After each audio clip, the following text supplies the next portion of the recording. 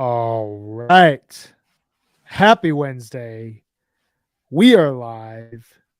Brian and Megan doing HFPod on tour. And what a Wednesday it is. Megan, I don't know if you know this. Ooh. I don't know if you know this. You might not be privy to this information yet. So I'm going to share something with you on live TV. We have fish shows tomorrow, starting tomorrow. We also have a fish show on Friday, and we have a fish show on Saturday, and we have a fish show on Sunday. I don't know about you. I'm pretty excited right now. How are I'm you doing? so excited. And the best news is that we get to talk about them afterwards together. We do. That's It's like a great, like double immediate happiness. promotion. Well Yeah. done. Yes, Thanks. we get to talk about these afterwards. We're not only going to enjoy these shows, we're not only going to take these shows in, but we get to do live recaps the way that we did during summer tour, the way that we did during fall tour. We will be on HF Pod on tour live coming at you at 1 p.m. Eastern, which translates into 12 p.m. Central, 11 a.m. Mountain, and 10 a.m. Pacific on Friday, Saturday, Sunday, and Monday mornings to recap each of these shows. And then a week from today, we'll talk about this at the end of this episode, but a week from today, we'll be back here and we'll hopefully have some Mexico guests with us. I think our comrade RJB, our good friend Matt Dwyer, will be coming back from Mexico, and we'll be able to talk with them about their experience at Mexico. So a lot of current live fish content to come at you here in the next couple of days. I'm really stoked about that. Yeah, it's going to be great. And we also have an amazing guest today. We also have an amazing guest today. We have Ryan Storm, who many of you probably follow, know, listen to his jam recommendations, follow his excellent, and I really should say this with all caps, excellent jam brackets for both the bands Goose and Fish. I've had many conversations with him about the kind of construction of these brackets and the thought process that goes into it. And they're fantastic. They're a lot of fun to play along with. But Ryan is a very knowledgeable music fan in general, and Fish fan and Goose fan specifically. And I think he's also a huge Dead fan and Snarky Puppy fan. And I could probably list another 10 or 15 other bands he knows an insane amount about. But we're going to bring him on today very shortly to talk through our first look back at a tour that happened 10 years ago that was a huge turning point in Fish history, which was the 2012 summer tour, and then also the New Year's run that we'll tackle a little bit later. We're going to take the first half of the June leg. So we're going to talk about Worcester through Blossom today in today's episode. Before we do that, though, two really quick bits of business. One thing I want to tell you all out there is we are launching HFPod Premium under the Osiris Premium feed. We're going to be recording a bonus segment on a weekly basis, and we should be releasing it pretty damn close to weekly. We may give you 2 a week and skip a week here and there. We'll have some rhyme, some reason, maybe little rhyme, little reason. We're just going to give you more content. It's topics that we text each other about that we wish we could fit into a full episode, but doesn't feel like it has full episode content. It has just random questions that you only would ask someone who is as obsessive about fish that they would jump on a live webcam at 4:30 in the afternoon to talk about this band. It's going to be a lot of fun, just kind of stuff off the top of our head. So we just recorded our first one. That is going to be coming out to you here before the end of this week. Meg, do you want to give our audience a preview of what you and I talked about in this HF Pod Premium segment? Yeah, it was really fun. So we're each getting to choose a topic, and I chose the topic this week, and it was what will fish sound like in 2022? And it was cool. We did this like look back at 2021 and kind of summed it up. And we both had different opinions, and it was pretty fun. So I hope everyone enjoys it. And if you're not a premium member, you really should be, because you get really awesome content and there's no ads. It's a really nice way to listen to this kind of information. Yeah, the easiest way to sign up is Apple Podcasts. Just subscribe. I believe it's $4.99 a month for Osiris Media. You get all ad free, plus you get premium content. It's a really great place for us to give you a little bit of bonus material and also support independent podcasts. It's a great thing. And yeah, to your point, we disagreed and agreed, and both were right and both were wrong about an unwinnable argument, which is the fun of it. We're talking about what is fish going to sound like as they evolve. It's going to be a ton of fun. So keep an eye out for that. That should be up here in the next day or so. Before we get into the episode, we also need to tell you a bit about our close friends. I really say this affectionately, our close friends at Sunset Lake CBD. Sunset Lake CBD has a line of smokable hemp products that are for both the old deadhead or young deadhead. You could be a young deadhead. I'm a relatively young deadhead. Or the young fish fan, and you could be an old fish fan. You could even be a really young fish fan. They exist. My son, 6 years old, big fish fan. Little That is Rager. searching. Little Rager. He's going to see Trey at Red Rocks this May. Oh I'm my excited. God, that's amazing. I So can't are wait. my parents, by the way. They're flying from North Carolina to So see you go Trey at see? Red Rocks. Yes. Oh, that's awesome. I gotta meet your I parents. know. We You gotta got to. talk about this. Okay, cool. That'll be a premium episode. Me hanging out with your parents. Everyone will be like, no, thanks. Sorry, I interrupted the ad read. No, you're My good. dad You're and good. my mom and dad are very cool. Awesome. I love that. So it's for anyone of us in our larger community that's searching for a mellow body high. Smoking CBD has all the benefits of high THC cannabis without the paranoid and anxious side effects. With 9 different strains from this year's harvest, there's something for everyone. Hawaiian Haze is awesome for an outdoor show, and Cherry Abacus is best for the end of the night. All the flowers grown, cured, and trimmed by Sunset Lake CBD farmers. Even better, Sunset Lake CBD's farm to table approach gets you great pricing on premium CBD flower by shipping directly from their farm to your door. I have been utilizing Sunset Lake's smokable buds for the last 2 or 3 weeks, and it's a revelation for me. I've long loved consuming cannabis, but I have always tried to figure out exactly what is the right amount for me. I'm a bit of a lightweight. I smoke too much and I can't do anything, and I don't like to not do anything. I like to do things when I'm on a little bit of a buzz. CBD buds is the best way for me to feel mellow, to feel a little bit calm, to feel really present in the moment, but also have that clear head so that I can continue editing podcasts, continue over analyzing certain rock bands that jam out some of their songs, continue writing, continue reading, doing all this sort of stuff that I love to do. It is the best way for me at the end of the day to kind of take the load off, but still be there in the moment. So I cannot recommend Sunset Lake smokable buds enough. I have the Hawaiian Haze, I have the Cherry Abacus. They're both amazing. So check them out today, sunsetlakecbd.com, and use the coupon code HFPod for 20% off all your products. Sunset Lake CBD, farmer owned, Vermont grown. With that, let's get to the show. Let's bring Ryan Storm on. Does that sound good? That sounds awesome. Ryan Storm. Hello. How you doing, man? I'm fantastic. How are you guys? I'm doing very well. When we joined, you were listening mid to the Mexico sound check. Can you give us like a very quick technical emotional breakdown of what you were hearing Fish playing? Okay. Well, first of all, it was really good timing because the person that was streaming their free Mixlr trial cut out just as we went live. So I didn't have to worry about trying to tear myself away mid-jam. So that was a plus. Thank you to you saint out there that went dark at the right time. Otherwise, we'd have no show. We would not. An absolutely incredible jam. I heard about 30 minutes of it. It sounded like a lot of the similar tones that we heard in 2021 from them. Paige doing some incredible synth work, both on the Moog 1 and the CS60 throughout that kind of, going through his full range of keyboards. We're hearing Trey's like growly envelope filter synth tones still. And in that 30 minutes, they went from this like funky section to this dark section and then to this really uplifting section. It was just awesome. And I can't wait to hear how it translates over the next 4 nights of shows. It's going to be a great weekend.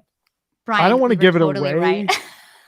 I don't want to give it away, but this is like exactly what Megan and I were hoping for, a combination of for 2022 jamming. So continue to listen to HF Pod Premium on Osiris Media, but it just means you guys are really good at what you do.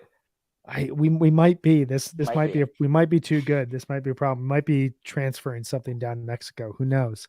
But we are not here to talk about Mexico. We will be talking about a lot of Mexico here over the coming week. we are as excited as I'm sure all of you are. If you are en route to Mexico, or if you are hanging out at home in the cold. For me, it's about 1 degree here in Denver, Colorado. There's snow on the ground. It is the perfect time of year to webcast a lot of happy people from the beach, and Fish and Trey with his hair blowing in the wind, and Mike looking dapper as ever.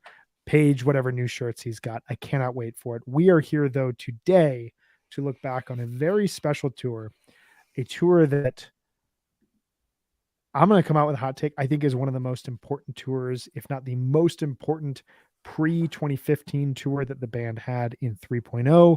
I think there was a lot on the table for the band to walk away from. There was a lot of reason for Fish to not exist after 2011, and they came out in 2012 and they played an incredible tour that I'm very, very excited to dive into because I've been loving listening back to this. Ryan, I'm going to start with you as our guest. Tell me, in your memory and kind of where you're sitting here today, what were the contexts of these June 2012 shows that you can recall? So at the time, I was 11 and a half years old. And we're going to talk about my first Fish show today, which was Blossom 6/24/12. And so in this month, previously my exposure to Fish had been basically just Super Bowl and the New Year's Eve 2011 show, which I had webcasted with my family. And then I wasn't aware of how questionable that New Year's Eve 2011 show was, or what had been going on previously. I had no idea about the history of Fish or anything like that. I just knew that I absolutely loved them. And I did webcast, I believe, like the beginnings of a few of these shows that we're going to talk about today. I think the Portsmouth ones. But otherwise, I was going into 6/24, just extremely excited to finally see the band live. And I hadn't listened to very much of this tour until a few years ago when I was when somebody was like, "Hey, you should check out this Boogie on Reggae Woman from Worcester." And then I was like, "Oh my God, this is insane." And then, this is the last week when I've been listening through all of these shows. It's my first real deep dive into this month. And I agree with Brian's take that it is possibly the most important tour pre-2015. Obviously, fall 2013 is important for its own reasons, as it's the first truly amazing tour and consistently amazing tour, which I saw the Rochester show on. But this one, it builds on the themes that were introduced as part of the Storage Jam in 2011. And, you see a lot less questionable set list choices. I think, they're still there in some of these shows, but there's also songs are starting to get stretched out in the second set again, where you weren't really seeing them. And, they would go back to not really being stretched out for a while, something like 2001, for example, not to spoil, but just like there's lots of, micro jams everywhere and little pockets of really cool stuff happening. So it's a really important month. Pockets of brilliance is kind of one of the ways I've always thought about this. Meg, what was your context for this? Did you see shows in 2011 going into this? Like, what were your memories of this time period? Yeah, it was a little different. I was living abroad from 2011 to 2014. I was living in London. And so I would only see Fish usually kind of once or twice a year when I was home back in the States. Obviously, they weren't touring in Europe.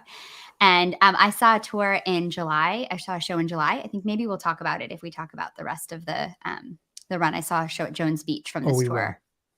Yeah. So we'll talk about that show that I was at Jones Beach in 2012. And so I wasn't seeing a lot of Fish. I was listening to it, but not kind of super intently. I was just kind of in a different space. I had really young kids living abroad. It just wasn't kind of in my day-to-day in the way that it is now again. But it was interesting because thinking back to this time and how they had 6 months off and they really had an intention to learn a lot of their catalog again, it seems like. I know they were rehearsing before this tour, and this kind of stated intent to play a certain number of songs on this tour definitely influences their set list. But I agree. I think having these moments where you can see them kind of get their sea legs on some of these songs is pretty cool. Yeah, I share what both of you guys are saying. So 2011 Fish was a really I loved that summer tour. There were some highs, there were some lows, there were some kind of dead periods where there wasn't a ton of inspiration, like in the latter part of June. But for the most part, you had the Bethel run, you had Super Bowl, you had the Storage Jam, which the idea of them doing a late night experimental all improvisational set was a completely renewed idea within the Fish universe. They hadn't done it at Coventry, they hadn't done it at Festival 8. It just felt like something that had been left, to past eras of Fish. That 7/3 2011 show, still one of my favorite shows of the period.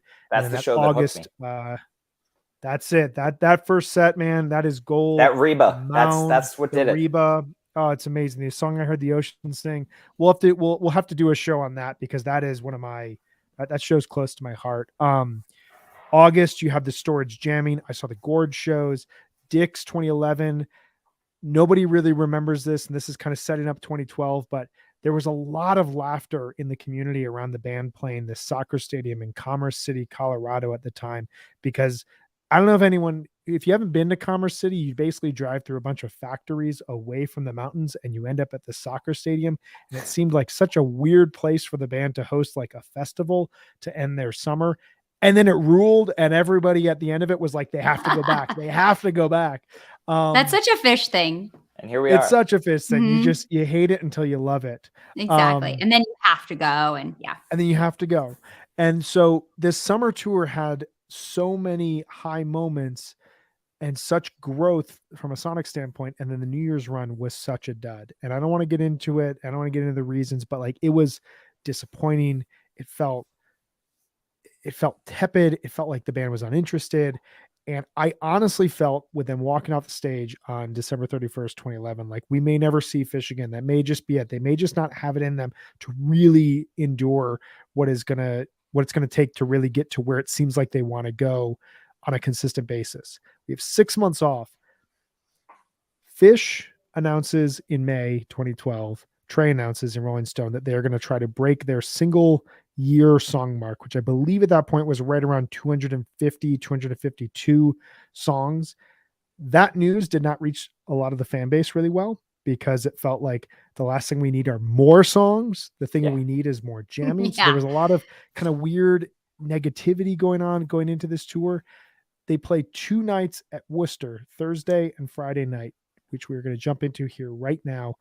These 2 shows, they could not sell out. They did not sell out Worcester, Massachusetts in June of 2012. Just let that sink in. That's that is crazy. What's the capacity of the venue? The capacity of that venue, I'm pulling it up right now. 15,000. 15,000. They could not sell in Worcester. June in Worcester. I mean, that is like that is their homeland, and they could not sell that. It's right near Great Woods. I mean, that's really crazy. And so there's all this leading up to it. They have these breakthrough moments in summer 2011, this very, very down period in New Year's Eve, this kind of quiet, do we know what's going to happen with Fish? And they come out on June 7th, 2012, and they play a show that holds up to this day and still shocks a ton of listeners. You get a very solid, very fun set one. To me, this showcases the band that has a little bit more pep, a little bit more inspiration than New Year's Eve 2000. To me, this show is all about the second set. I'll pause for a second. Is there anything either one of you want to say about set 1 of this show, or do you want to jump into the second set? Go ahead, Ryan. Meg, you go first. Okay. I just think the Buried Alive bookends is incredible. Sets such a tone. That's so dope. I think they come in super hot. And I think that the segues into Jim and Torn and Frayed are really great. And so I think that they're already playing well right away. But the meat of the show is definitely second set. Yeah. I like one thing that really stood out to me in the first set is the Beauty of a Broken Heart tease in Possum. I listened to all of the first 3 shows of the tour before I realized that I wasn't going to make it through all of them if I was listening to like every single song. I've been there. So then I started doing highlights, but I listened to this entire show, and I think it's the first time I've listened to all of it straight through, because I normally just kind of go Boogie On or Carini. But it was just this beauty of a broken heart tease from Trey in Possum was just like such a cool moment. It was so smooth. When in a time a lot of Trey's teases can kind of come off like awkward or seem forced, and this one was just perfect. Same with the Buried Alive teases and Jim, just really, really great. And Ocelot, is kind of a sneaky song most of the time when it gets played. That the way they build it so patiently when they do it well is really good, and this version is great. That's what I wanted to mention about the first set. I'll have another hot take for you. Mm. There's almost no song I want to hear late in the first set than Ocelot. It is the perfect. We've got 2 to 3 songs left in the set. Summertime, you're at a shed. It's getting a little dark outside. Mm-hmm. Maybe that little bit of coolness in the air finally, Breezy. like the humidity breaks, a little breeze, Yeah. and then Ocelot comes in. It just like you kind of just sit back and just roll on the groove. I love it, and I love the placement of it here. Yeah. That and Jaboo both have a similar breezy quality. Sorry. Yeah. Love that. No, and they've got a good vibe in that spot. For you Ocelot aficionados, 7-18-18 and 7-25-18. Both fantastic. A little bit of synth very from good Page. Versions. Love it. Yes. Love it. So the second set does 2 things that I think are really important for this overall tour. First and foremost, it kind of establishes this template where they're not going to jam in the way that they are jamming now, where you get a monster 25, 30-minute long jam, either to kick off the set or in that second or third slot in the set. But you get these kind of jamettes, if you will. It's like a vignette of jamming. Mm-hmm. Carini, Taste, Ghost, Boogie On, If I Could even has some jamming, Hood, and then you end with this Cavern Buried Alive. It's a very moody type of, we're going to give you this segment right here. We're going to go a little bit out there. We're going to come back, give you a little bit more normalcy. We're going to go out there again. We're going to come back. And it flows in this very narrative type of way. And to me, this set kind of sets that template up for how they're going to approach this tour. It's experimental while still being relatively safe. And I think it's really important for how they're playing, because it allows them the opportunity to step out, but then it allows them the opportunity to find land again and find safety if they want to come back to a song that they know how to play. Meg, what are your thoughts from a jamming standpoint, from a song standpoint here on this in this first set? I think that this is a perfect example of a set where you don't have to jam for 30 minutes to be a great set. And I think there's so many songs in here that they do an amazing job playing. I mean, I think this Boogie On just absolutely rocks. It has such a great groove. There's such energy to it, fantastic peaks, and then this perfect soft landing into an absolutely gorgeous If I Could. I mean, Page sounds so amazing on this version, and they built some beautiful peaks in this version too. And I love that they've like taken this out for a micro jam. I mean, I love this song anytime it's played, but like a slightly jammed out If I Could, yes, please. Yes, please. I think this combination of like super sexy Boogie On, which is a way that I really enjoy my fish, as Brian knows, and then this super sweet If I Could. That's a really nice combination right there. It's perfect. Yeah, I obviously have a lot to say on the Boogie On, but I think we'd be remiss if we skipped over the Carini that opens the set. Really cool, around 6.5 minutes in, very synthed out 99 jamming kind of vibe that I got. I really, really enjoyed this one. Not a jam that I've listened to a ton of times, so I was very pleasantly surprised by this. Then it winds up in this very pleasant space jam, which is a theme that's going to come back a lot throughout the tour. You hear these kind of 2011, 2012 type jams, and I'll save it. I have a specific analogy that works well in the next show. But this Carini was fantastic. Great taste with more teasing from Trey. Really like that. The Boogie On to me, you could throw that in one of the New Year's 2011 shows, and that show would go from terrible to pretty good just because of how unreal that jam is. And the cool thing is that, this show does not just rely on the greatness of that Boogie On. And it's some of Trey's best playing of the year and of many years surrounding this. I think like it's just so good, has that like run through a brick wall energy to it. And yeah, as you mentioned, just perfect landing. And if I could, just yeah, that's one of my favorite Fish jams. I think one thing I often forget when I don't go back to this era as much, because I tend to, like, when Fish is on tour, and especially when they're playing a year like 2021, I just get lost in that period, and I get lost in that year. Totally. And you forget that from 2011 to 2015, Trey was a really good guitarist and just like a pure guitarist. And a lot of what he was playing had little to do with effects. It was him just really trying to communicate through melodies again and communicate in a purely guitar standpoint. And this Boogie On is such a perfect example of it, because they're not really playing challenging music. They're kind of just like, they find a pocket, they find a groove, and they build upon it. And it's that special aspect of Fish where like any of us could probably learn the chords, learn the riff that Trey's playing, but the connection between all of them as they build that up is something that is so unique to Fish. That's that understanding of, you know, at that point, 29 years of playing music together. Before we move to the next night, I just want to shout out again that Carini, that My Left Toe jam.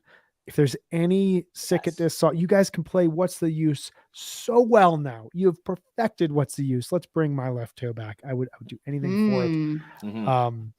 I also loved the placement here of Quinn into Harry Hood. It just, it adds to this sense of, we're going to talk about this a lot as we go through 2012 over the course of this year. There's a lot of songs in these sets, and a lot of songs in these sets in a way that would not fit with how we kind of hear and anticipate 2021, 2022 Fish to be. But I think to Megan's point, they kind of needed it. They don't need less songs. They need the variety, and the variety is a really good thing here. Yeah. The Quinn also, and Torn and Frayed in the first set, there's kind of this like weird off kilter start to it. Like they're not starting totally in sync. And we'll see that in a few songs throughout the tour, which I just thought was an interesting trend to me, where they're doing that. And in the Hood, there's a very brief deviation from the typical jam. Paige kind of leads it on organ, but it's like only like 20 to 30 seconds maybe, but it's a really good segment. That's another example of these jamming vignettes that just show up all over the place. Yeah, you're hearing them experiment in ways that will ultimately pay off at the end of the summer when they get to Dick's, but we're going to hear a lot of magic between now and then. Night 2, Friday night at the DCU Center, which we all know is called the Worcester Centrum. They're just putting that name up because that's what they do. This show, so I remember being on a high listening to June 7th, and June 8th comes around, and it's like they take that bar and they raise it in very different ways, but in ways that kind of start to map out what this tour is going to be. Set 1, you get a Roses Are Free jam. Woo. Which love it. Can we get that? Bring that back. Yes. We need, okay, sorry, really quick. 2022, Roses, Bag. That's it. These are Ryan's requests. And Bowie, but you know. We get 3 requests a show. You've made your 3, and they're very good requests. Roses, Bag, Bowie. Do it, guys. You know what? You know what we're talking about. We're not just saying to plan. Oh yeah. Come on. I may get this totally wrong, so forgive me, but I believe this is the first Roses Are Free jam since Big Cypress. This version, June 8th, 2012. You look that up while we talk this through, but to me, this first set it's a very solid set. It's a very typical set list from early 3.0, but then it has this Roses jam and it has this gin. Meg, what are your thoughts on this first set from June 8th? I love this first set. I mean, this Roses Are Free jam is so incredible. It's like nice and sweet. This like groovy jam. It has all these textures in it. And then it kind of creeps toward this like darkness at the end, which is just awesome. I love it. I also think the Julius in this set is really great. It's like really simple, but really nimble playing. It's like he's playing really softly and really nimbly, and it's beautiful. And it makes that build up at the end like even more satisfying. It's like, it's very good Julius. And yeah, the gin is like this cool, groovy lounge sound with like lots of piano and whining notes. And they sound really unhurried to me. Like Yeah. they sound like they're just kind of like not in a rush to get anywhere. I really enjoyed this bathtub gin. And then of course there's like these monster peaks at the end. I think this set's awesome. I really like it. Well, one point I want to just pause on before throwing it to you, Ryan. You talk about this idea of they sound unhurried, and it makes me think about on the last night of Dick's 2012, so 3 months from now, before they close the Harry Hood, they've got like that Trey's just playing the D chord over, like he's just holding it, and they're just it's bubbling through the arena. He's thanking the crew and he's thanking the fans, and he pauses and he goes, "I don't want to go home." And it's this like really sweet and tender moment where he's kind of kidding, but at the same time, like the 2012 tour had that feel where like nobody wanted to go home. And I think a lot of it was like they lived in the moment and they let the tour just guide them. And the sense that you're talking about like them being present, I hear it from show 2. And I think it's part of the reason that we get a jam 3 shows into this from a song that everybody has been clamoring for a jam from. Ryan, what are your thoughts on this? Yeah, so I just looked up the handy dandy jam chart entries for Roses, and the only 3 on there are Island Tour, Cyprus, and this one. So I think you are correct about that. I might be correct. Who knows? And it's Someone also tell me if I'm wrong. Yeah, it is for sure the last one to date. I don't think there was another one in between Cyprus and this one. I don't think so. Yeah. And yeah, Megan, your point about Julius being really patient. Yeah, Trey was in 2011, 2012. Julius is one of those songs that they were really kind of giving that little bit extended treatment. Bringing it down nice and quiet, kind of like some of the versions. 723-97 comes to mind. That's my favorite Julius. I was there, but lucky. I know. But yeah, it's just really, really patient. And the gin as well. Just this patience that they're exhibiting. And I have a lot to say about the second set. So let's jump into it, because the second set starts out with this it reminded me of the Down with Disease from 5/28/11, which was the second show of the 2011 tour that opens up the second set. At this point in Phish history, you are basically guaranteed, if you bet Down with Disease every 5th show will open your second set, you are probably going to make some money. It was probably every third show. Every third show, yeah. They loved playing it in this spot. This is a very cool jam that goes into kind of a dark psychedelic place. It's kind of sleek. It's kind of got this gloss around it at the same time. Mike is really highlighted in this before going into a sand that we're going to spend some time with. But Ryan, I know you have some thoughts about this second set. Tell me what your thoughts are on this Down with Disease and kind of this second set as a whole.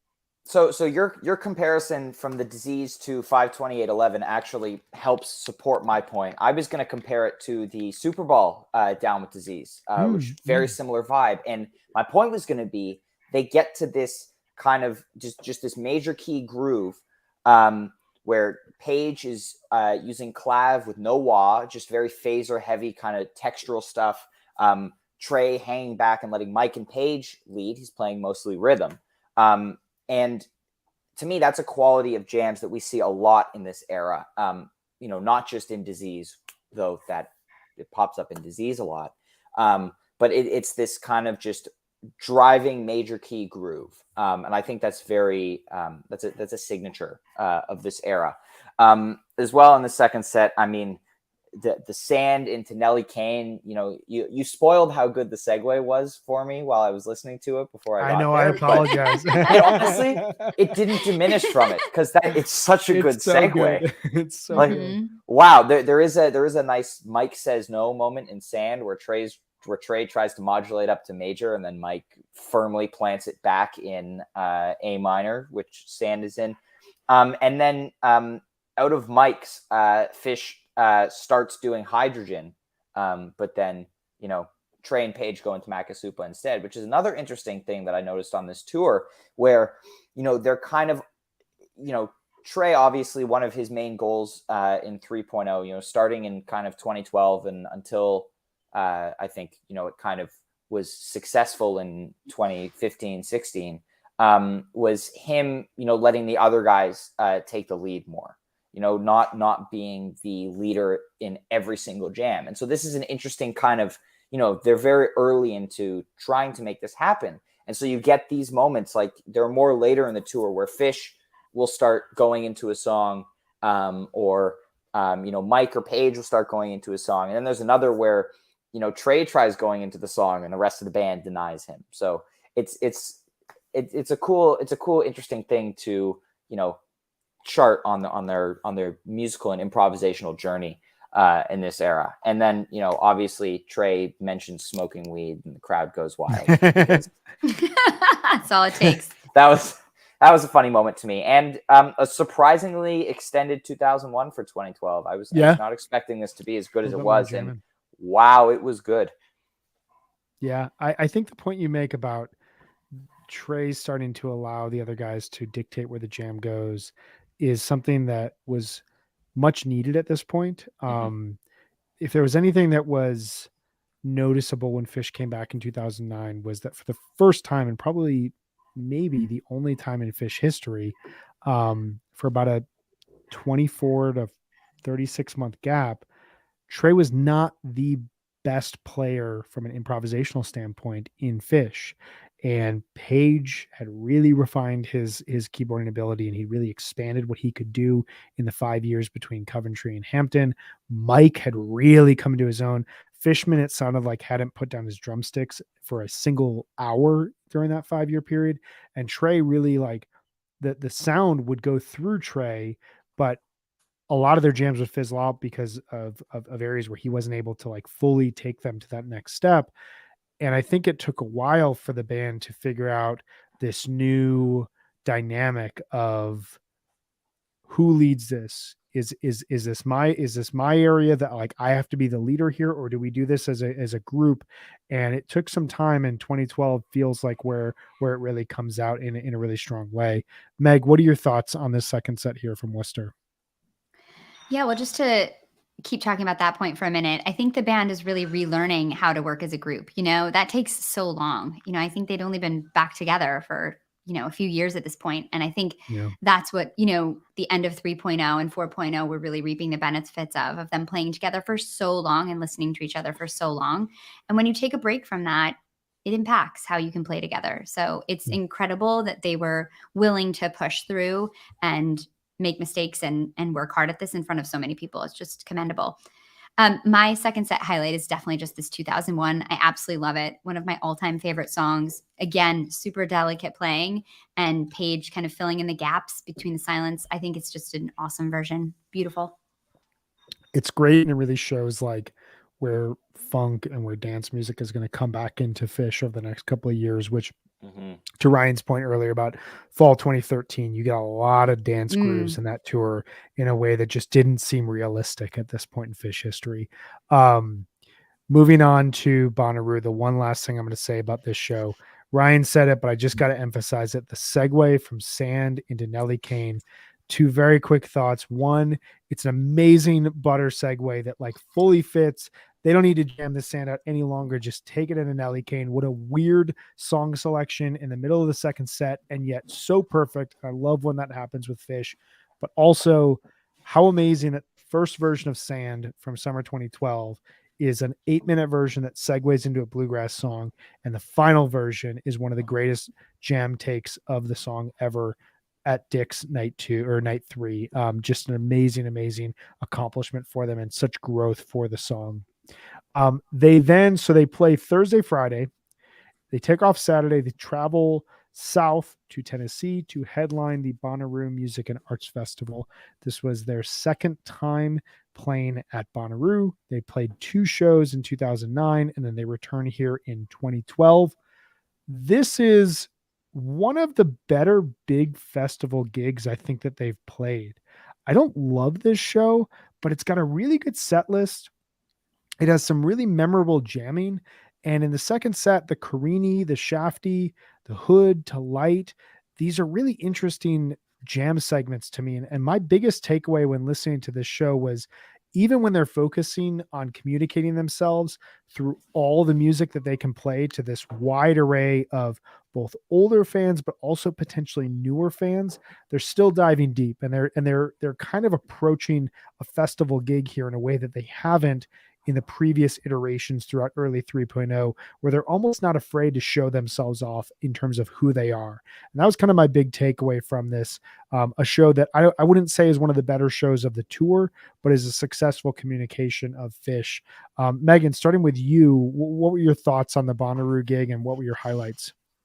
I didn't listen to the show as much. I did Yeah. think the encore is pretty great. I think that Show of Life into Julius into Tweezer Reprise.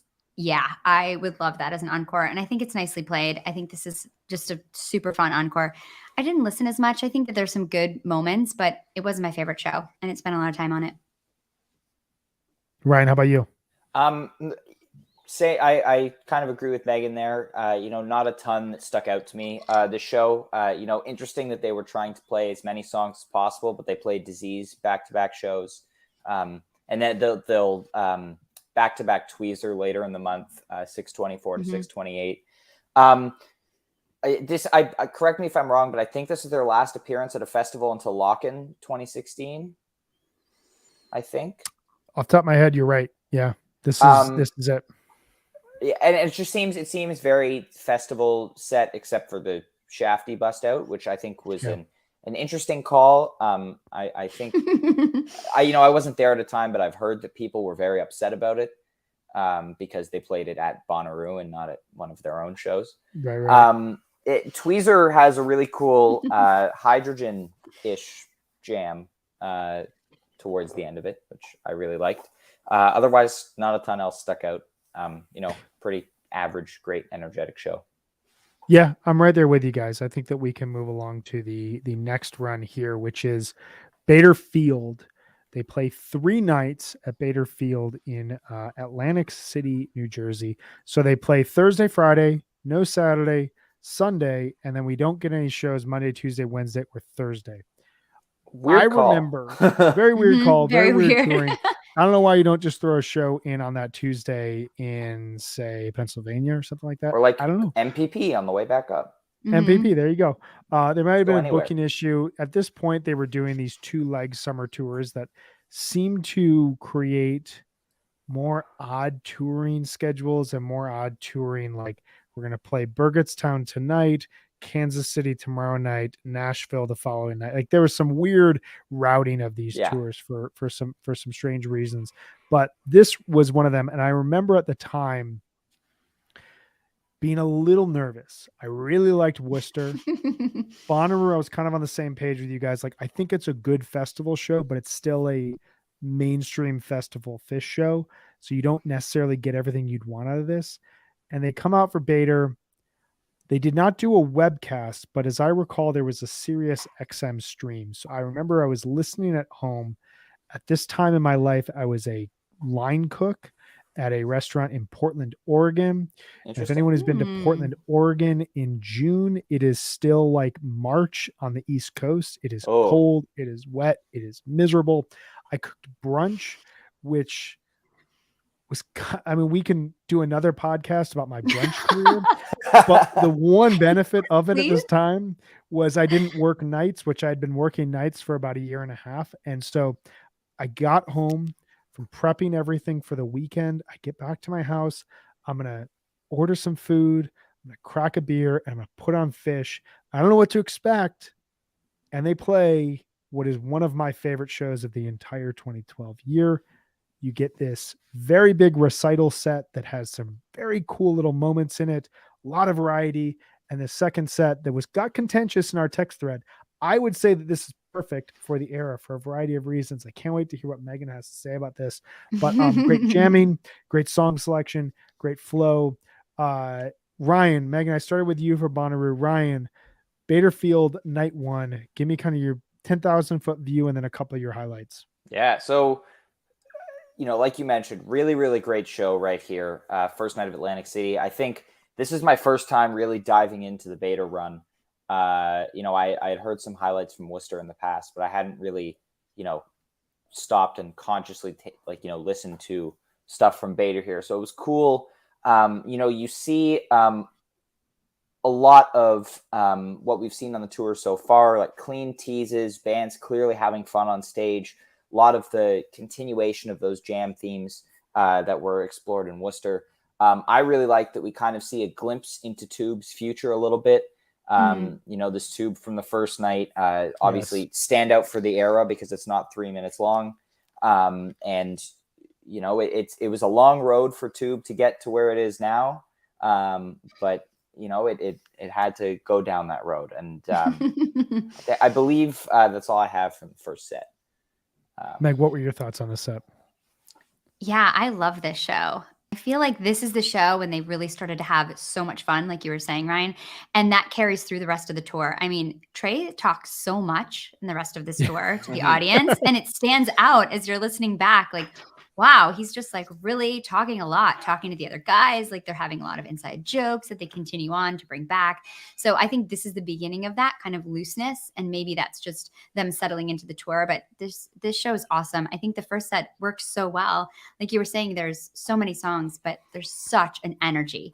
It just really works. And I think actually the songs that they chose are actually go really well together. I mean, there's tons of segues that work well. It's just a really fun first set. That point about him talking and like the comfortability is something that like you really get. And it feels in a sense like they've played 2 shows. They played Bonnaroo. They took a week off. Who knows what they did between Bonnaroo and Bader, but it feels like this is kind of like a faux tour opener again, but like they've had the benefit of a couple warm-up gigs that happen to be really quite good. Because they feel loose. They feel like they're comfortable in front of the audience again in a way that they definitely didn't at the New Year's Eve run. And at times throughout 09, 10, and 11, just kind of didn't talk to us that much during those shows. There'd be built-in moments in the show, a harpua, a Forbins, maybe a joke here or there. But this is kind of where like in between songs, Trey's kind of just messing with the audience and poking fun at John Fishman. And those sort of like, whatever jokes happen backstage spilling out on stage tends to result in good loose fish. This first set to me, I equate it in a lot of cases to 622, which we'll get to in a little bit. These are perfect barbecue fish sets. You have some friends over, they may not know fish. You want to listen to some fish, but you don't want to really like overwhelm them with a 25-minute long tweezer. So you throw this on, it's got enough variety. You're really entertained. You're like, oh man, they were really on this show. Other people don't necessarily need to care, but like you're into it. And that's the vibe of this set to me. I love it. Set 2 though. So my soul aside, because I can push that song to the dustbin of history if you'd like. I would. That's my one request, or my second request of the show. If you start this set with Birds of a Feather, you get an amazing Birds of a Feather jam that goes into multiple segments. Trey sounds gorgeous in it. He's very melodic. It's a perfect segue into Back on the Train.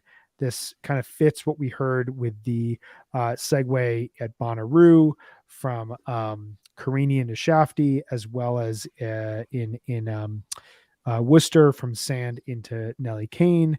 You get a perfect segue into Heavy Things where Trey hits the delay pedal at the right time and it goes into it. Twist Piper has this like carryover of the woos, and Sneak and Sally has a bunch of teases from earlier in the set and then finds its way into David Bowie. That is, I mean, the set to me flows perfectly. It sounds like they've unlocked something. It sounds like they are communicating to each other in a way that they just simply weren't able to 6 months earlier. And they are going to only expand upon over the summer. Megan, we're going to wait for you to be the deciding factor in this. Ryan, what are your thoughts on this set? Do you have any debate left in you about this set? Well, of course I've got debate. It's great set. Birds, I want to highlight that Birds gets into that major key groove I was talking about earlier, that kind of 2011, 2012 thing. Again, insane segue into Back on the Train. I do want to mention the Space Beep jam in Piper. There are a lot of really cool space jams. The Storage jam still having, long-reaching effects into 2012. Totally. And Sally is just some nice. I wrote it in my notes as booty shaking funk. Yes, please. I like Yeah. booty shaking funk. That's good. Me too. And the really, really fun Tease Fest at the beginning of Bowie. I really, really enjoyed listening to that.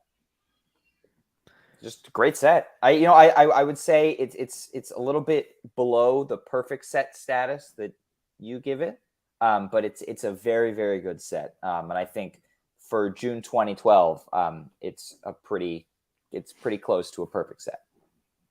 Meg, perfect set, pretty good set, terrible set. What do you say? You be the deciding vote here.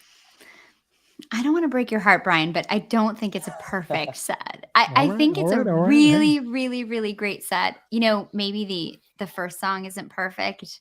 I think there's also just, It's I don't not. know. To me, it's not the perfect set, but but I See, do you can't think call it a perfect set if you feel that way. We But don't exactly, count but it my doesn't soul. open perfectly. We don't the count set my opens soul. with birds. Set Yeah, opens with birds. exactly. There's a break and then birds. That's it. There's a sound check for this set. Is that what it was? Exactly. Walk-on music. It's just blues walk-on music. And like, okay, now we're ready. We're gonna play Birds of a Feather. Exactly. Everybody get your beers, get settled. We're gonna start now. No, I mean this set's great though. The twist, the intro is like really unhurried again, and it's gorgeous. And I love this like groovy entry into the song. I think that's awesome. And the jam gets so wild. Yeah, I think them taking the woos into Piper, anytime you can hear them having fun, it's always good fish, I think. And they're really having fun. And I also that segue from Piper into Billy Breathes is so good. It's super trippy, alien spaceship landing. I could listen to that a couple times in a row. It's really, really good. And anytime they want to play Billy Breeze and Sneak and Sally next, I'm here for it. Yeah. It was at a time as well when like the default ballad was Joy. And if they went into a late second set ballad, it was oftentimes Joy. And I remember listening to the set live and knowing, okay, this Piper's showing all the telltale signs that we're about to fade off and we're going into a ballad. You just knew it. There was a way that like they communicated that to everyone at that era. And when it came into Billy Breathes at that time, I'm just going to look this up right now. It was a pretty rare song in this time, I think. This right? was the first version since June 18th, 2010. So 84 shows prior, which was only the second version of 3.0, which was this was the fifth version played since 2000. So it's a very rare song at the time. It's still somewhat rare to a certain degree, but like hearing that at that moment, it kind of made me think back that like for a tour that begins with almost no hype, they do such a great job in the first week of just making fans care again. And that was something that was so important. I remember coming out of this show and being like, I have to hear every show of this tour. I don't care what happens. I have to hear every single show. And that was a question for me for the only time in my fish loving career of do I need to continue listening on a night to night basis? This week reset that for me. Well, I think that there's a quote about Trey in like fall of 97 talking about how like people aren't really paying attention and we're having like the best tour of our lives. I think sometimes that helps them, you know, when the expectations aren't so high, particularly at this point. I don't know that matters now because I think it doesn't. So in the zone. I mean, the expectations level anytime they play any show is so extreme now, but I think back then it did. Yeah, no, that's a really good point as well about like nobody was paying attention. So they just kind of came out and did their thing and it worked. And that, you know, that plus the patience that they're taking. So this was the start of a 3-night run. We're going to transition here to nights 2 and 3 that, to my ears don't have as many highlights as the first night, but they do have, especially night 2. This was, from what I recall, a very beloved show at the time. You get the second Mike's opener of 3.0. You get a lot of big songs in really big slots. It doesn't do as much 10 years later on re-listen, but from what everyone who was at Bader says is that what really mattered about Bader was the vibe. It just felt like a fish festival without the pressures of a fish festival. You could stay in a hotel and walk up to the beach and see them play. And the vibe of the weekend seems to be the real winner. To me, the biggest takeaway musically from this show is the light Manteca light, which I'll argue doesn't totally, it doesn't satisfy everything I'm looking for. I kind of want either a big light jam or you to just play Manteca. but it's a cool way to combine this great groove inside of Light, which was a song that at the time was the best modern jam vehicle that they had. This was the best jam vehicle they had to come out of 3.0. Megan, what were your thoughts on Baderfield Night 2 kind of overall, and what were your highlights? Yeah, I mean, I didn't spend as much time either. I think I was really concentrated on the first night. I think, the Light Manteca jam is cool. It's definitely, to me, not, anything that I would return to a lot. I think that this is kind of, again, they're talking a lot to the audience, and joking a lot about, different songs they want to play and don't want to play and who can play what. And I think this is also them just having a lot of fun. Yeah, I mean, pretty good show. I didn't spend too much time on it. Ryan, how about you? Same. I want to highlight more really fun banter in the first set about the endings of songs. That was funny. And Wolfman's, in this era is really, really good when they play, 2011, 2012, they have that quality to those jams. There are certain songs like Wolfman's, Mike's, they're not long, they're not extended, they're not doing anything out of the ordinary, but they're just really good type 1 versions. I think 2011, 2012 is the pinnacle of type 1 jamming of 3.0. In my opinion, I think both in terms of tempo, Trey's playing, just in general, the way it sounds. In the second set, that Light Manteca that you mentioned, that again, another really, really great space jam where Trey's doing all sorts of delay looping stuff. You're seeing a lot of like 1999 style jamming in these shows, which is really, really cool to me. And it's not something I expected while doing a deep dive. It's just, it's a really, really cool thing to me. And another cool sand. There's also like a birds of a feather like feel in the Light at one point. To me, it's when you play an amazing birds of a feather in a perfect second set the night before, you have to bring that feel back the next night. Let's move on to Sunday, the final Father's Day show of 3.0.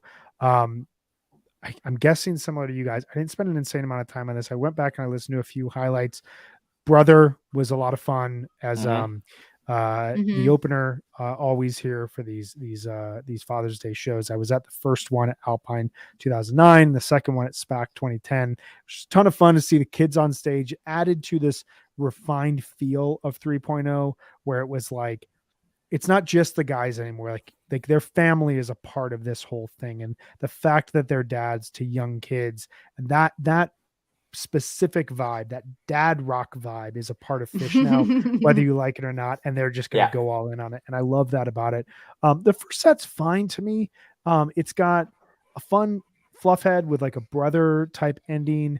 Walls of the Cave is cool. You get some good song selections here. Foam is played, but overall, I went back and I listened to the third quarter of the second set, the third quarter of the show, the Drowned 2001 Reba, and it's good, but it doesn't like take me any place that like I've been kind of expecting. This was to me the first, I don't want to say dud of the tour, but this was the first show that was like, okay, they're still kind of the idea of them getting back to a point of consistently playing great shows night after night, regardless what they play.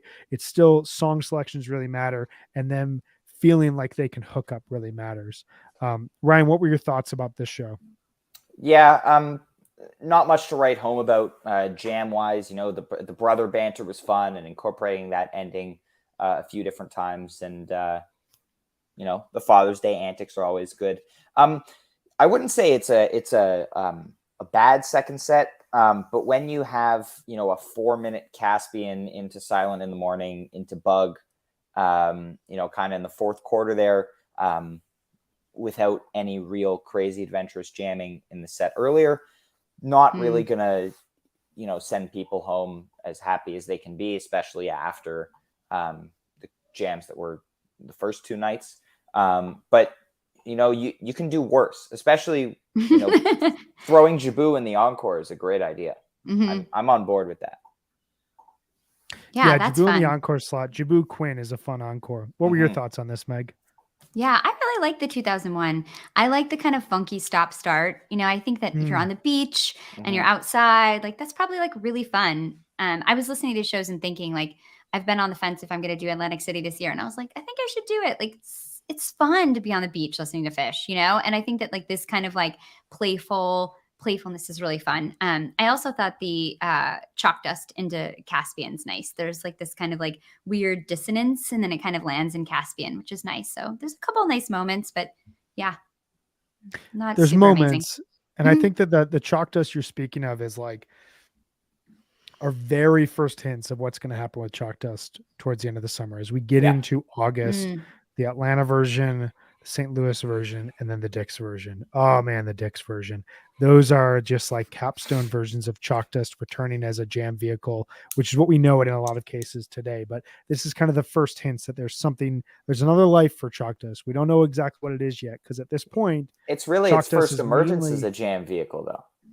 If you think about it, the only real crazy, insane jam version of 1.0 was Camden.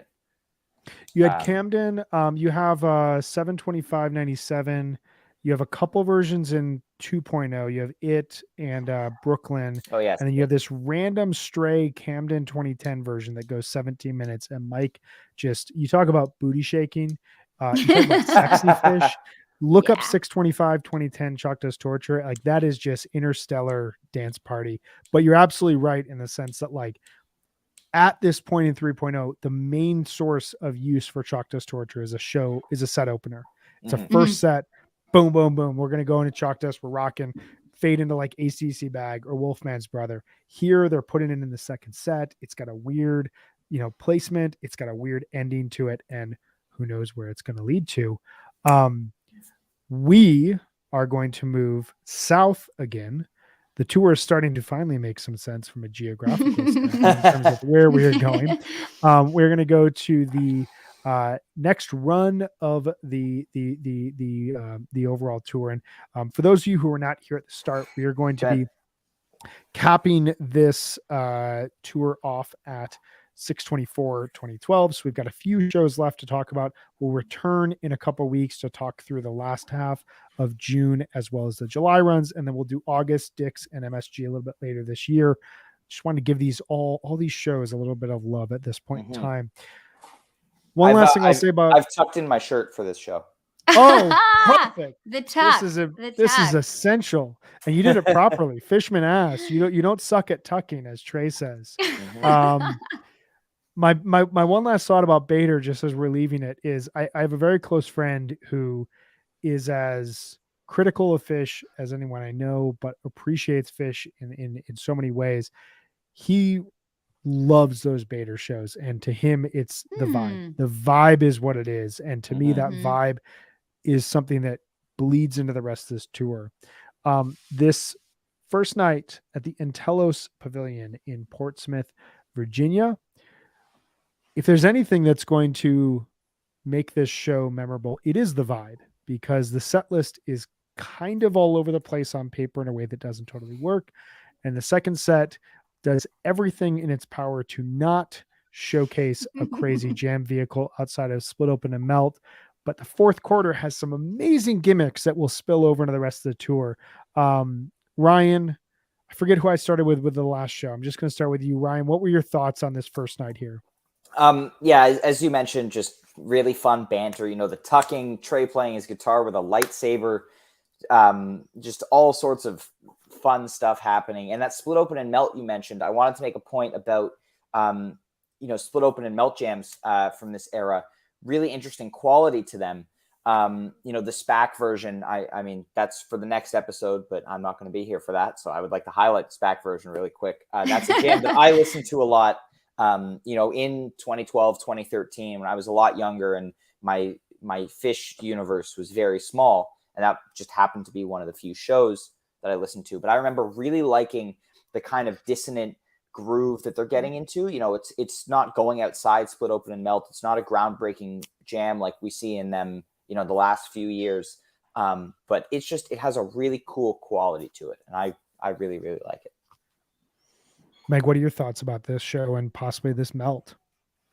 Yeah, I mean, I think this is definitely worth listening to from like I didn't know through kind of like I'd say I mean the whole second set's pretty fun. I think that like listening though to them having so much fun with this whole thing is awesome. And there's actually a video on Live Fish of Yeah. the beginning of Maze, and Trey's like yelling, "You suck" at talking at everybody, and then he takes out the lightsaber and Yeah. tells like Kuroda to turn off the lights, and he's like playing it, and it's cool to Hide watch. with It's like father. really fun, yeah. And he's joking with Fish. It's awesome. So I think listening to them have fun is always good. It's definitely worth listening to for that. It's fun. Yeah, I mean, this show, like, you got Carl Gerhard coming out. You've got all the gimmicks in set 2. To me, this is one of those shows that 1 to 2 years earlier would have been just a straight dud, and would have been the kind of show Yeah. that people would have been like, where is this tour going? You've got this kind of semi, like this decent night, Second Night Bader, this 11 what's song going second on? set. Yeah. Yeah, nothing that like really is going to like showcase that they're jamming, but like it fits with the time because that was still the vibe of early 3.0, but you can hear them starting to push off into more dissonant space. And then you have that joking around between Lengthwise and Maze. Anytime they close a second set with Fire, you know that something weird has happened. And so this like kind of this does something in a way that like continues to build this tension, this energy around this tour. That I recall going into the next night, 620, there was still a really good vibe. And I remember this show happening. It's not a show anybody really talks about, but this is a show I actually really enjoy. And going back, I listened to this entire thing. I really like the vibe of this show. It has some really weird but cool song selections at very important points throughout the overall run, and it has a jam segment in the second set that we're going to get into that I absolutely love. Megan, I'm continuously blanking who I started with the last time. You So started with Megan, me the last time, I think. I started with you. Thank you, We're guys. all You gonna guys are- get you to guys are helping share. me. Yeah. We're all going to get Yeah, we're not everybody worried. gets. Megan, what are your thoughts on 620, where we're at in the tour at this point, and how this compares to the night before? Yeah, I mean, I think they seem a little bit more focused. I think it's pretty funny. Like, there's a big Trey plays dog log by introducing it and saying, "There's enough of those damn signs out there." So, and It was Ryan, the era of signs. It was the era of signs. And Ryan, you have an update on dog log, right? From Yes. real time. Yes, they sound checked it in Mexico today. So maybe That's sometime in exciting. the next 4 days they're gonna play it. Yeah, so that's exciting. Although it's so weird. This is the how, last like, dog they sound- log to date. This is They the haven't last played it dog since Is it log the to date. really? show. Yeah, so No. we're gonna Is that manifest true? it by talking about are. this show right now. They're gonna play dog log this weekend. Don't you feel Gonna like it's so happen. weird how they like sound check songs that are so rare and then they don't play them? Like that's just so Yes. strange to me. I don't get it. You But know what yeah, they should I do? think They should Them sound just- check. They should sound check My Soul all the time and then not play. That would be good. I'm on board with that. Just What get a the blues out of you concept. guys. there we go. Oh my them god. sound checking dog log and not playing it is just like the endless inside joke that they're playing on us constantly. It's just like So, a big one of these, you know? But Yeah. yeah, for me, the second set of the show, I mean, I love the Harry Hood into What's the Use. Like the segue is so cool and worth a listen to. Yes. Love What's the Use, and coming out of Harry Hood, like so great. And I mean, I feel like if you look at the set list, you're like, I would love to hear a lot of those songs. Like I think it's cool, but I think the show's okay. It's pretty good. It's fine. That is worth listening to, I think. There's some great jamming in the second set. The rock and roll in the tweezer. You know, rock and roll gets to this nice, quiet, and ethereal space. Paige really doing some great piano work. Trey looping. You know, tweezer never really ventures outside of tweezer, but it's just great and dark and funky. I really liked it. And then this Hood absolutely blew me away. Oh my God. Paige's like textural work on the Rhodes and the CS60, unbelievable. Trey's hypnotic whale call. The segue into What's the Use was cool, but I honestly would have rather the Hood jam continue for that entire length. And I think it loses a bit of its luster because Fishman tries to go back into Hood at the end of What's the Use, but then they go into Velvet Sea instead, which in my opinion, was not the right call. But that's another one of those moments where you hear Fishman starts playing the Hood jam again, and then Paige takes it into Velvet Sea instead. So interesting thing to note. This show to me, it's in a similar vein to 619 in the sense that Mhm. it's kind of a weird show, but it works in accordance to the larger tour. But I have it more like 615 than 619 in the sense that like I can listen to this show and not Mhm. feel like every song that follows seems to make sense. I think Sparkle Ha Ha Ha is a very strange but cool opener. Doglog Request, Great Divided Sky. It's a big recital set one that still works. And when they were doing this right, which they would do throughout this tour, it's a really fun re-listen. Set two, as I noted, it flows in spite of itself. My highlight is my highlight is because on paper this show should not work at all. Right. My highlight is the hood into What's the Use. And just of note, this was the first What's the Use since Super Bowl, so 24 shows. Oh, They kind of tossed it around. You get it in once in 09, twice in 2010, twice in 11, twice in 2012, once in 2014 before they play it in summer 2015, 3 versions in a row, Alpine, Merriweather, Super Bowl, and they finally figure out Magna. the Magna, excuse me, that they finally figure out the delicate balance and how to play this song in a weightlessness way. And as a result, we've seen it a ton of times. It's basically been in a 5-show rotation ever since. So this is still at a time when they don't totally know how to play What's the Use, but it coming out of hood, it works really well. Let's transition here as we wrap towards the end of our first quarter recap of the 2012 summer tour to the weekend shows of June 22nd, 23rd, and 24th. Before we jump into these, because these are 3 very, very cool shows, to me, the biggest takeaway from these 3 shows is in the normal structure of a 3.0 tour to this point in time. By the time they got to this point in the tour, they would take somewhat of a step back. There'd be a couple reset shows. There'd be shows where they'd fall back into set listing hijinks that they'd played before, and they may not work the second time around. They may just sound a little bit stale. They may not be exploratory as much as they were at the start of the tour. I think that this is where, especially the 622 show, is where that decision to push the catalog and to try to break that song record in a single tour really showcases itself as a brilliant decision, because this show is filled with rarities, especially this first set, which you talk about Trey talking, Trey making fun of Fishman, Trey engaging with the audience. It's all over this show. Wolfman's Peaches, first Shaggy Dog in 574 shows.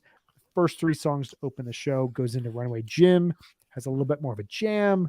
Let It or Leave Me Alone. What the Bring hell this is cover happening back right now? Yes. Bring this cover back. Wilson has a really cool fade into Alaska. Stash ends with and just as of note, this is the second to last version of Let It or Leave Me Alone. They played it at 7/6/2012, and they haven't played it since. So please bring that back. That's your 4th request, though. You're not allowed anymore. Okay, you're maxed out, Ryan. I'm getting greedy.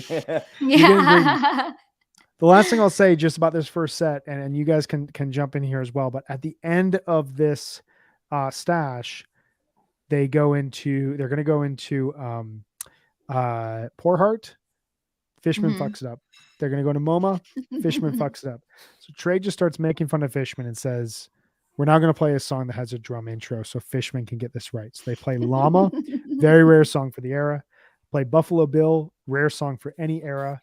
Saw It Again, awesome, slightly rare song, awesome every time we hear it. That goes into David Bowie, which he then tells us is the song Corona Request ahead of every single concert. For Corona Request, a jammed out version of David Bowie before every single concert. If you think about that. But it ends this first set that is like random, filled with energy, filled with humor. And for me as a listener at the time and listening back to it now, just fills me with so much joy when I think about this era of Phish 2012. Ryan, what were your thoughts on this first set and bleeding into set 2? Yeah, as you mentioned, just really energetic first set. I think Light Up or Leave Me Alone doesn't get the jam treatment that some of the other versions get. Like there are a couple really good ones in 2011 and the SPAC one later in the summer. This is a really fantastic cover that I'd like to see them bring back, especially because I think if they brought it back, it would be closer to the Cypress version, getting like a jam in it. I think they do it really well, and I'd love to see that. Otherwise, just it's a pretty first set. There's not a ton that sticks out beyond that it's energetic. Alaska, I would put in a similar category to Ocelot, where it's just kind of sneakily good. Trey really digs in on the blues licks in that one most of the time. And then in set two, you have these micro jams, like this Kill Devil Falls. After they end the song, they just bleed it into this space jam, which was really cool because I remember, they hit the last note of the song and I was like, oh, there's still like 2-3 minutes left. Like, are they just going to be bantering more? And then it just goes into this space jam. I was like, yes. And then really, really fantastic twist. I love the places they get into that. More of this like kind of droning clav from Page, not as much hitting the staccato wah style that is most common. And just really solid, second set after twist, nothing crazy happens about that, but seeing Fluffhead played a lot is always good too. First Fluffhead encore since November 3rd, 1990. Something that has not necessarily become the norm, but it has happened since then. But it feels like a very special. You were there for one. It feels like a very special, it's over. You're on your way, but you got one more big song. Megan, what were your thoughts about this show? Yeah, I feel like the first set's great. I feel like if you were there, you were losing your minds with all these bust outs. Like you were just probably so happy. Like like everybody in Cincinnati was like, yes, we came to Cincinnati. And we just saw all these bust outs, like so happy. I mean, the highlight is definitely Kill Devil Falls into Twist though. Like I love this juxtaposition of the Kill Devil Falls, which is such a kind of peppy song, but then they somehow end up in this like really creepy space, and Twist is like so dark and menacing and creepy and spacey. It's awesome. Fun show. It's a really fun show. I have this as from this early tour that we are doing. I have this along with 615 and 67 as my favorite shows of the tour. Another one that I streamed live because I didn't have to work on a Friday night. It was brilliant. I could hang out, eat some pizza, drink some beer, listen to some Fish, and they were playing great music. I remember at one point I was listening on a Mixler stream. They didn't have any official streams for this, and you could barely hear Trey during the Stash to Llama transition, and then they come in with Llama and everyone's freaking out, and then you could barely hear him, and then Buffalo Bill and everyone's freaking out, and I was like, oh my god, I gotta hear this show in soundboard. But I remember really loving another set 2 opening, Down with Disease. We're due for it at this point in time. We're gonna get another one a week later and another one a week after that, but it has a cool direct segue into Gula Papyrus. It looks weird on paper, but like when you listen to it, it's almost like the Mr. Completely into Meat from the Gorge last summer, where like it just makes sense when you're hearing it. They fall right into that groove. This Twist is one of my favorite jams of summer 2012, and one of the very clearest signs at the time that Fish was not afraid to get dark. That was something that people were nervous about, was, will Fish ever get dark and scary again? And they really get kind of dark in this Twist for about 3 or 4 minutes. And I loved it. Sand and Eroge, another great segue for Sand in a big summer for Sand. But yes, really fun show. We moved then from Cincinnati, the home of the Reds and the Bengals, to Pittsburgh, basically Pittsburgh, the home of the Pirates and the Steelers. Big sports rivalry in Middle America, to the First Niagara Pavilion in Burgettstown, a very famous. It's called Star Lake. Just so you know. That's a very good point. We know it's called Star Lake. This is a very important venue for Fish. 8/13/1997, 8/11/98, 7/21/99. Some of us celebrate Fish's lone performance of Pavement's Gold Sounds. I am one of them, as well as the Simple My Left Toe. 7/29/03, huge bust out show. 6/23/12 was the last show at this venue, and I wish that they would return there. This Especially show it's called Star Lake again. Especially because it's called Star Lake again. They should That's go the back reason. And re-christen it. And play that 35-minute Runaway Jim again, please. And the Gumbo from 97. And the Gumbo. Oh my god. Oh yes. And the Cross-Eyed, the best jam of 2.0. Don't tell me any other options. That is the best jam of 2.0. And the This Reba show from to 98. me. Sorry. There you go. There you go. Thank you. Keep going. We're just getting gonna keep doing sidetracked this, again. aren't we? We're gonna This keep is doing clearly a whole nother episode right here. Yeah. This is Star Lake just shows. name a jam. We're just gonna name a venue and just go jam. Yeah. First set I love. It's a good first set. You get the second set one. You Enjoy Myself Since 2.0. It doesn't do a ton for me, but the second set, this Mike song suite that then bleeds into Seven Below. To me, this represents the point where they've taken all of these ideas from the first 2 weeks of tour and they are getting serious about them. And they are saying, we are going to actually dive into the music and see what the music does for us. And what better place to do it than Mike's song, the light, the Weekapog, the simple, or the Seven Below, even the simple, even the mics. I mean, these are just patient, intentional jams that are showcasing a band that is about to take a huge leap forward. Megan, what are your thoughts on this show? And I believe you texted us a lot of praise about the second set. Yeah, I love the second set. I think first, though, we have to mention The Son of a Mule. This is the first kind of jammed out version in a really long time. I think over 12 years, maybe. Paige on theremin, really cool from the first set. And also a song that I have disparaged a bit, but I think this is a cool version of it. But the second set, yeah, I mean, this Mike's groove is just absolutely incredible. Simple has this like really beautiful moments, and then it has this amazing ambient outro. I think Trey kind of pushes the entry into light a little bit, but the light is great. It goes into this like really calypso, dancey groove. And then they bring that phrasing into the beginning of Weekapog. I think that segue is absolutely incredible. I loved it. I was just like, it was one of those moments. Sorry, my dog. One of those moments where you're like stopping, you're doing other things while you're listening, but then you actually stop in your tracks and you're like, oh, this is awesome. Like, this is a really great segue. And Weekapog is awesome, delicate, layered playing, just beautiful. This might be my favorite set of the tour, but I'm giving it away. I think that's for later.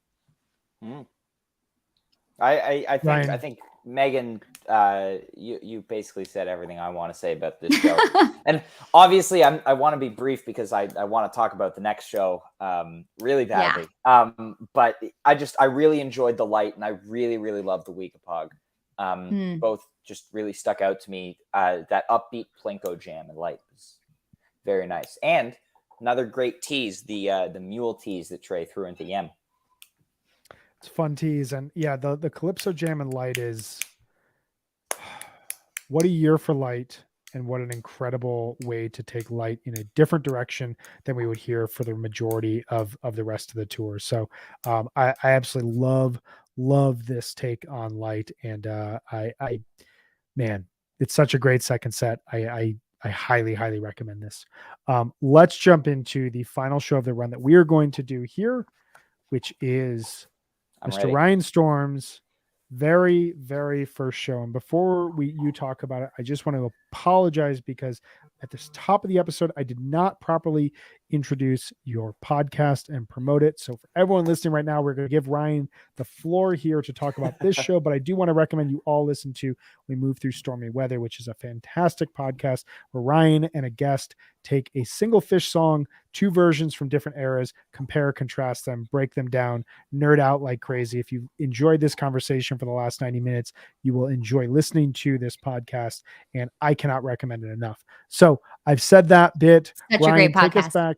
Such a great podcast. Thank you. Take us back to 12-year-old Ryan walking into Blossom Music Theater. And what happened to your brain when you saw this show? So just a little bit of context, I didn't know I was going to this show until like a week before.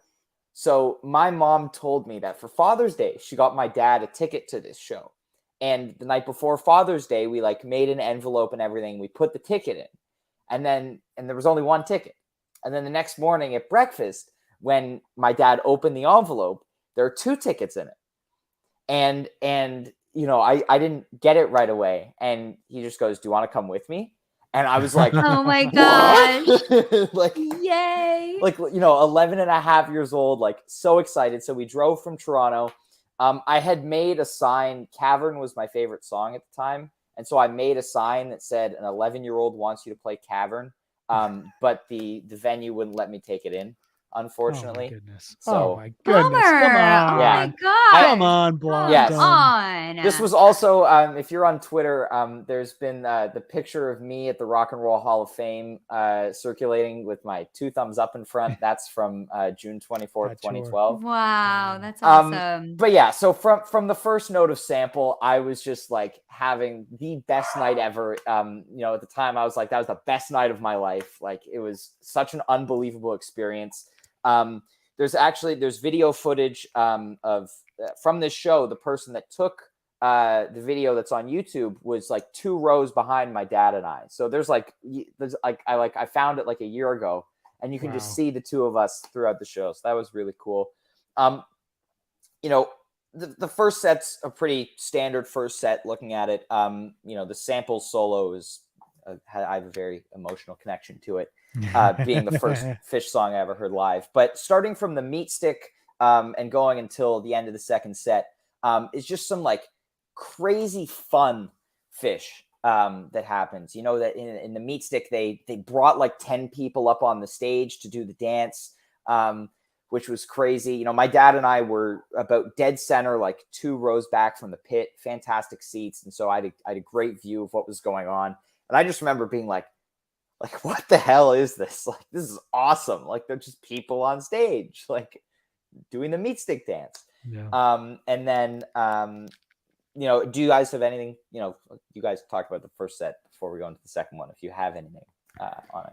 I just want to say I have a 12-year-old, and I just love the idea of imagining you as a 12-year-old doing that and thinking about my daughter and how that would be for her. So bring her to a show. You're kind of like pushing me that way. You know, I've been really selfish about it. It's like my time, but I'm feeling like you're pushing me that way. My little brother saw his first show at 5. It's, you know, there's, yeah. Your parents are really nice. Yes. Generous. Yeah. I was 12 years old at my first concert. It was U2 Pop Mart. It was a slightly different vibe than Fish. Slightly different vibe. It was one of the best concerts I've ever seen. But like that energy of being 12 years old at a concert, seeing something that you loved so much, like it was almost unmatched. So, and also, as a parent, you will feel so good about your parenting because everyone around you will be like, man, you are the best parent ever. My dad would never bring me to a show when I was this age. So. Totally. I feel like I just go to like not be a parent. So like that would be a change for me. But yeah, I think I'm going to see a good amount of Fish this summer. So maybe I can make it happen. But you're encouraging me. Yeah. I took my son to Billy and the Kids at Red Rocks last summer, and I got a lot of high fives from old deadheads. Yeah. That were like, you're doing it right, man. I felt very good. I was like, yeah, you are a good validation. Good job, man. Right? Exactly. Taking him around a big group of smoking people. No, I know. My 13-year-old just went to her first concert. That's why you go to the outdoor venue. Yeah, exactly. I know. She went to Madison Square Garden and saw Billie Eilish last weekend. So she was excited. But yeah. So it's awesome thinking of these kids. I mean, you never forget your first concert, right? True. You never. Yeah. I got that stub right there. I'm looking at it every time I talk. Oh, that's awesome. This second set is interesting to me, though. This is like this. I texted you guys last night as we were prepping for this. Like, this reminds me of June 30th, which is a show we're going to get to in our next episode about 2012, in the sense that it's almost like 3 different segments of a second set. And it's something we've been talking about throughout this run, is like they couldn't do this now. And they couldn't even do this a year earlier, like to segment a show in a way, or a set in a way that it still flows, that it still feels like it has purpose, that it still feels like it has intentionality. It's really, really unique. Musically, to me, the thing that stood out was the tweezer. It's really fun. So it's got fun. Gimmicks in a way that really kind of work. Very solid teases, very like a lot of humor from Trey, but like it's still a grooving jam. I definitely dig the Golden Age Ghost, but like the tweezer, I was listening to, my wife and I were listening to it last night. We were just like, oh my God, this is like a really fun version. I couldn't see them playing a version of tweezer like this in 2021. And that kind of makes it special. Yeah. It's to me, you know, being at the show is just so fun. Like having, you know, first you've got another brick in the wall tease, and then Under Pressure, and then they start singing Ice Ice Baby, and then Trey tries to get Paige to sing it, and then Paige tries to get Fishman to sing it, and then Trey's like, oh, this is going nowhere. Like, let's bring a bunch of girls up here to dance around in the meat stick, and then they like go back into meat stick, and then the drop back into tweezer at the end is perfect. And yeah, it's just fun. And another one of those moments that I talked about, Trey tries to go into the horse as they're kind of going out of tweezer, but Mike starts the bass line for Walk Away, and then Fishman jumps on, and then so Trey has to abandon it. And it's funny, if you listen to the end of Walk Away, as soon as the song starts to end, Trey immediately starts strumming the opening to the horse. He's like, I'm doing it. Like, you're not, I'm doing it. I'm doing horse. You can't stop me. you wanted to play it. Horse As silent someone is who was so, there- whenever you hear that, that's just like so great. When it's placed properly in a second set, it has the effect of like Billy Breeze we were talking about at Atlantic City, where like it's just such a good breather. And I think it actually worked here when Trey goes for it the second time around, rather than I saw the 6/17/2010, we called the Sandhorse Massacre, where they're playing this great version of Sand, and somehow Trey forces horse, and you could hear the entire crowd just go, man, It's like what is it's going like on right the now? 12/31/13 when they encore with Show of Life, and on the soundboard you can hear someone go, no. Like, it's Oh my audible on the God. soundboard, which is hilarious. That's funny. Yeah. Ryan, anything else you want to add about your first show here? Just Walk Away in this placement was phenomenal. I think Walk Away works out of a jam like that. And just more really fun banter and Antelope to close the set. I remember really liking the juxtaposition of Waste and then Antelope having the ballad, which has become one of my favorite Fish songs, and to play on piano as well. And then to this crazy frantic Antelope with like,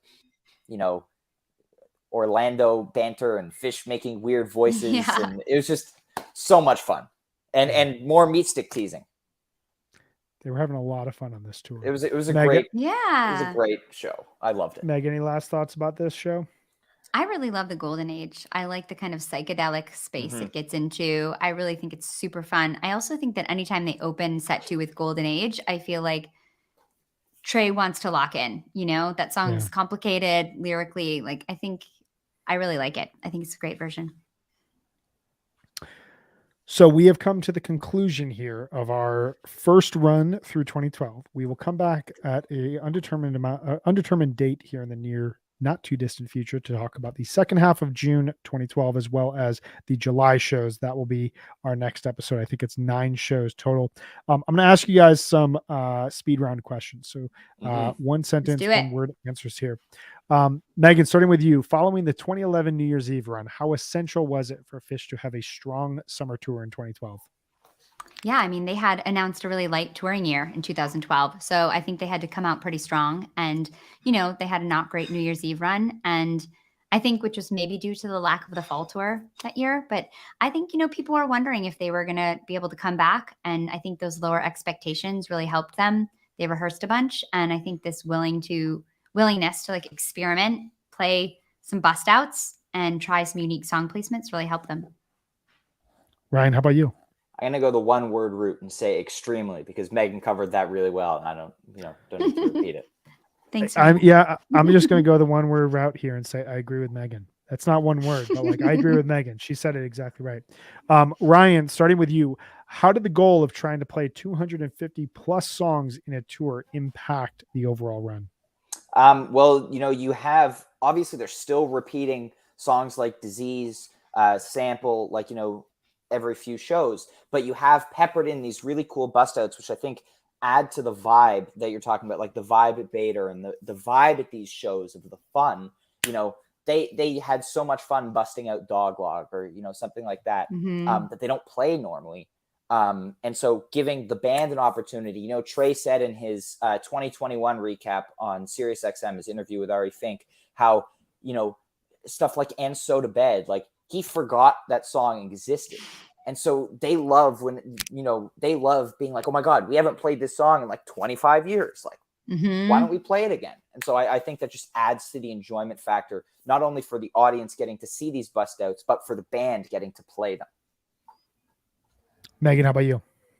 Yeah, I mean, well said, Ryan. I think there's just an exciting sense of what can come next when you know they're trying to meet some sort of, goal they have set. So I agree. Yeah, I think it did a really good job of just expanding the expectations of what could happen with Fish. And what we'll see when we get into August is these bust outs now are going to become opportunities for them to jam out songs. There's not going to be as many bust outs in August and September and the New Year's run, Hmm. but they are going to turn their attention to improvisation. And I think that starting with this, it gave us a sense that like the possibilities for Fish 3.0 were expanding in a way. This was no longer, this is kind of the point where the era diverges from a reunion, that it's super fun to go see Fish, and it's super fun to get with your friends and go to see Fish shows again and hear these songs again, and suddenly the band is really invested in playing and making new music. Megan, jamming comes back in a more consistent way in June 2012. Name me 1 to 2 jam highlights that you recommend our listeners checking out. Yeah, I mean, I've got to say the Mike's Groove all the way through Seven Below from 623 Burgestown. And I also think the Twist Piper Billy Breathes from Atlantic City on 615. Those are my choices. Love it. Ryan, what do you got? I want to say the Portsmouth Hood. That's just a really, really cool and unique version to me. I wish it was 15 minutes long instead of 9. And I think that's maybe why it gets skipped over. But it has a really, really cool segment in it, and that segue into What's the Use is phenomenal. Obviously, the Boogie On from Worcester and the 2001 from Worcester. I think those are my favorite jams. I'm going Carini from Worcester, and I'm going Birds of a Feather from the perfect second set on 6/15/2012. And second set opener. Because second set opener, amazing second set opener. You get the Walk Up Blues Jam. And because, I'm the one who asked the question, I'm just going to cheat and add the Twist from Cincinnati because I love it. That was my other one, yeah. Good one. Ryan, starting with you, recommend us a full set for people to listen to from this show. Well, I could go with my first show bias and say the second set from 624 because it's just so much fun. If you're going to go for that full set, start with the Meat Stick from the first set, just for the context. You need the context. Otherwise, I think 6-7 second set from Worcester. It's a good one. Meg, what about you? Didn't want to steal your Bader pick. Exactly. Yeah, I mean, I'm definitely going to pick second set 623, the Mike's Groove. I also think, though, the first set from Worcester, 6-8, the Roses Jam, and that excellent Julius and Bathtub. So I really like that set, too. Does anyone want to know what I picked? Was it the second set from Bader 3? It's a perfect set. 6/15, set 2, Birds of a Feather through the end. That is all that we have. We hope that we have duly covered in a detailed way for you all Fish's first part of their June 2012 run.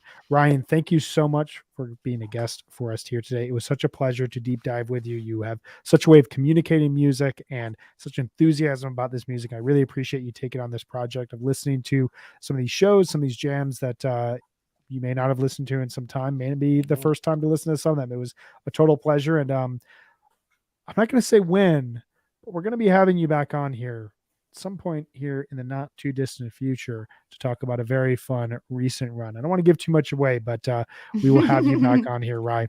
Thank you so much for hanging with us today, man. I really appreciate you having me on. Thanks, guys. It's been really, really fun, and I look forward to doing it again in the future. Absolutely. Ryan, it's been awesome. Anytime you want to text me what you're listening to, I'm on board. There it is. I will. It's usually fall 2018 or 2021. I'll take it. That's it right there. All right, man. We will talk with you here in the not too distant future. Enjoy the Mexico shows. All right. So we will be back not just next Wednesday, just as a quick recap for everyone out there. We'll be back starting Friday morning or Friday afternoon, depending on where you're at in the country. We're going to recap the Mexico 2022 shows Friday, Saturday, Sunday, and Monday at 1 p.m. Eastern. keep your dial set here live to where we are, and then we will come back next week, March 2nd, to do a full recap of Mexico 2022. Very, very excited about that. I don't know about you, Meg, but I'm very excited for some new fish shows. I also want to remind everyone, I talked to you about this at the top of this episode, but HFPod Premium is going to be launched on the Osiris Media Premium feeds. We just recorded our first episode where we tried to predict what's going on in Fish 2022 before it happens. Who knows if we're right? Who knows if we're wrong? Who cares? But I do. It was a lot of fun. We had a great conversation. It was a ton of fun. So that will be going up here in the next couple of days. Last thing on the docket, Meg, can you tell us once again who our presenting sponsor is for this episode? Absolutely. Our presenting sponsor is Sunset Lake CBD, and they have changed my life, Brian. I am now a CBD user, and it's Me really too. been amazing. I'm really into their gummies and a lot of their other products. So there's a lot to check out. If you don't know anything about CBD, this is a great place to start. They're a majority employee-owned hemp farm, and they're located just outside Burlington, Vermont. And for years, they were a dairy farm. They produced milk for Ben & Jerry's ice cream. And in 2019, they diversified and they started growing hemp for CBD. And they're amazing because they embrace Vermont's tradition for land stewardship. They use sustainable, regenerative farming techniques, and they build and protect healthy soils. They are 100% pesticide free. They use minimal tillage and implement cover crops and crop rotations. And they also serve as a research farm for University of Vermont's agronomists to study hemp. See, I got the big word right, but then I struggle on hemp. All the effort into the big word, and then you I get. really did. I Just get like it. working so hard on that word that then hemp I feel you. messed me up. It's like when Anyway. you go for like the big upgrade in like the biceps, then you try to do one push up and you can't do it. It's like you went Yeah. for it. I really got to work on that. But they're just incredible. They're really in the top of their game, and they also ship super fast and just have really incredible products. So check them out today at sunsetlakecbd.com. Please use the coupon code HFPod. You get 20% off all your products. So that's Sunset Lake CBD, farmer owned and Vermont grown. And with that, Meg, it's always a pleasure to talk with you here on Wednesdays. I'll look forward to talking with you here this weekend as we recap Mexico 2022. Have a great night. And everyone out there listening and hanging, thank you so much for chilling with us here today while we recapped June 2012. We'll look forward to talking with you all here soon. Thanks, Brian. Thanks, everyone.